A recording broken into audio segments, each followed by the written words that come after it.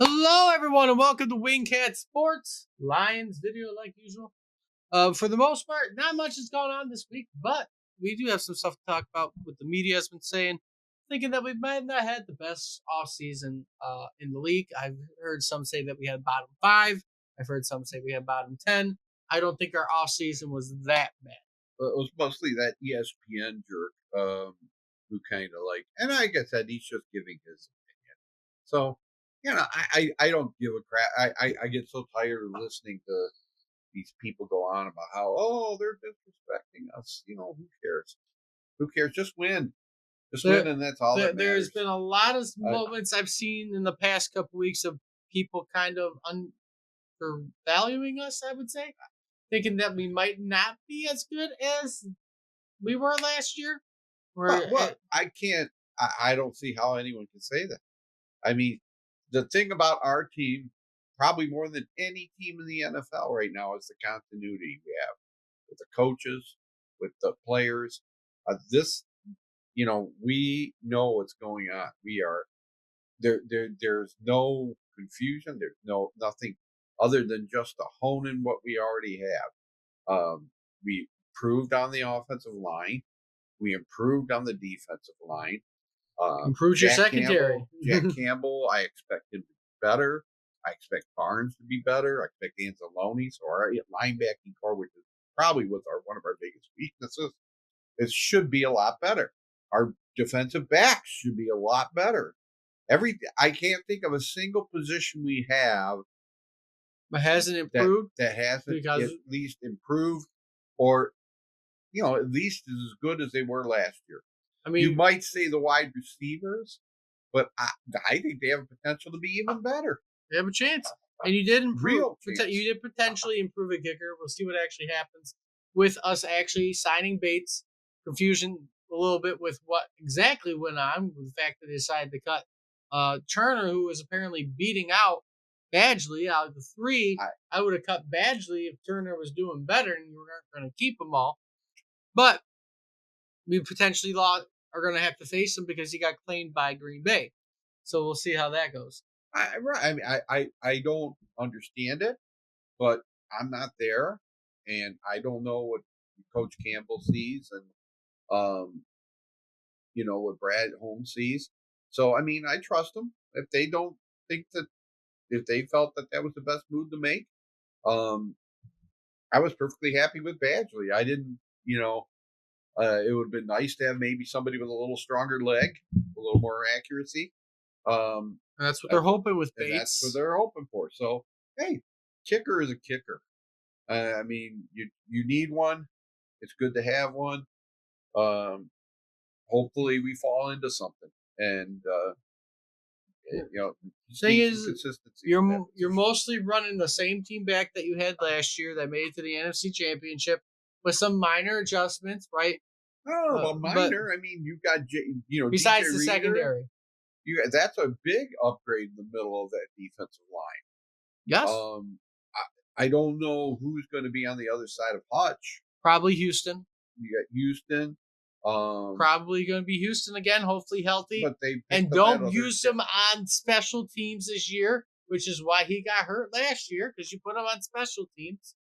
Right. So that's the big question mark is who's going to play opposite Hutchinson, if we could find some production on that side. And they've got a number of candidates for that. So you're sitting on $40 million of cap. Right. So if you really felt like you needed to improve, you start the year and it's not good, you go trade for somebody. Right. I think they are where they're at, and I think it'll be fine. I think most of us have us pegged us in as one of the top, we're in the top five. We're certainly top five in the NFC. We should be. We should make the playoffs. And our division will be tougher. Our schedule will be tougher. Everything. But I think a minimum of 11-6 is what I'm looking at. What's that? I think minimum 10-6 or 10-7. Maximum, if everything is perfect, you can win 15. I think 13 is where you're going to end up, 12, 13 wins. Right. But if everything goes right, you could win 15 games, because that's all I see that's possible, besides a couple of road bumps. But you are likely going to win 12, maybe 13 games. That would be great. And I'm saying minimum 11-6. They'll make what's the your playoffs. maximum? Maximum. What's the would be maximum you 13. see? So I have a much wider viewpoint on I possibilities. this just season, can't but see them winning 14, 15. I just can't. I mean, 13. It would be 13-4 would be amazing. that's my predictions. 13-4.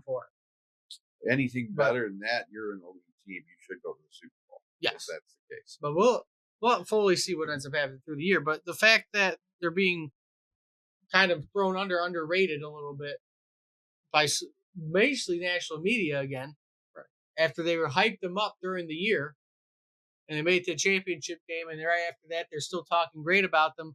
It only took them 2-3 months to basically forget about it. And then shove us back under the rug and be like, oh, well, Green Bay. Hey, we were yesterday's flavor, but I think we still have a chance to be Gre- decent, not just this year, but for a couple of years to come. I think we built this team to last for a while, to at least be competitive for a while. So our window doesn't close because we aren't there this year or whatever. It isn't this year. I mean, certainly everyone wants the Super Bowl this year, but it's not Super Bowl or bust. I mean, our window is going to be open for a few more years. I would say, right, don't worry. I mean, look at the best example you can look at how divisions goes is the NFC East, right? There hasn't been a repeat champion in I don't know how long. Right. So if you don't win the division this year, it's not the end of the world. It is. Because as long as you play well, you make the playoffs, it's going to happen. You are playing a schedule you are not used to. You're playing first place teams from last year. Right. You are going to not have the easiest of times playing. That's why I say 10-6 is a very possible record you can end up with, or 10-7 if not everything doesn't go right, because injuries happen. Wrong person gets hurt. If Jared Goff gets hurt, you're not winning that many games. Right. Right. I agree. Hendon Hooker is not going to save your season. Right. But if Hutchinson gets hurt, that could really affect your season. The wrong guy gets hurt, you're screwed. The team is not built to 100% fill those gaps. Every team is in the same boat as far as that goes. Every team. So that's what people just have to expect. They're all, but I think we're deeper than some, deeper than most. Yes. I would say even if we lose Goff, I kind of have a feeling Hendon Hooker is going to be better. Your best bets, your offense is deep. The only problem is question mark at backup. How good has Hendon Hooker got in the past year? Right. That's your own, because you have depth at wide receiver, you have depth at tight end. Your O-line has some depth to it. Your concern if someone gets hurt is basically secondary. Your secondary gets hurt, right? You're screwed.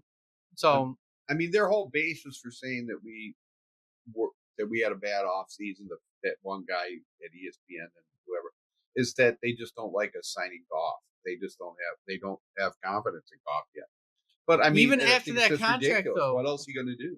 Guy took you to the NFC Championship. And the thing is, he's still going to end up being paid like the 6th or 7th highest paid quarterback after the end of the day, anyways. Where he's probably going to sit in the NFL. He's going to sit in that top 10, but the lower top 10 is where he's going to sit. So it's fine with what he's being paid. Yes, more than I wanted, but at the end of the day, quarterbacks are being paid way too much money. You got him for near 50. Probably by number 20 or something in 5 years. So, and you're going to draft a new QB to go behind him in 2 years anyways.